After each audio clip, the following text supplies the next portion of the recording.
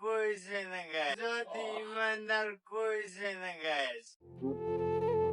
Welcome to my new vlog. नमस्कार हुन्छ नेपाल जय राष्ट्रवाद अहिले चाहिँ हामी जुम्ला जिल्लाको प्रसिद्ध नदी टिला नदीमा आइरहेछौँ नुहाउनलाई हजुर मान्छे चाहिँ यहाँ लाखौँ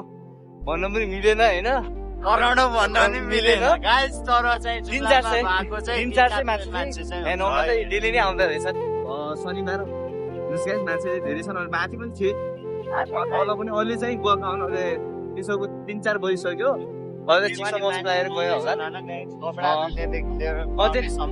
यो ठाउँमा चाहिँ एउटा सानो चटपटा किराना पसल भएको भए हल्का धेरै नै थियो गाइजहरू राम्रो हुन्थ्यो यहाँ चाहिँ बब्बाल छ एडभाइस के दिन चाहन्छु भने गाइस कोही व्यापारी हुनुहुन्छ भने खुद्रा पसल गर्ने साथीहरूले चाहिँ चटपटे पसल यतै ल्याएर साबुन अरू सेम्पूहरू राखेपछि झन् हाम्रो व्यापार होला जस्तो छ मौसम चाहिँ बब्बाल थियो क्या हरियाली हुँदैछ जुम्ला बजार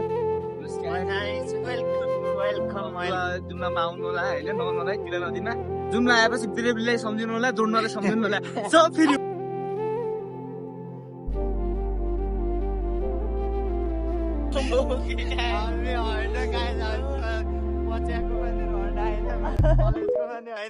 हामी जति इमान्दार कोही छैन गाइस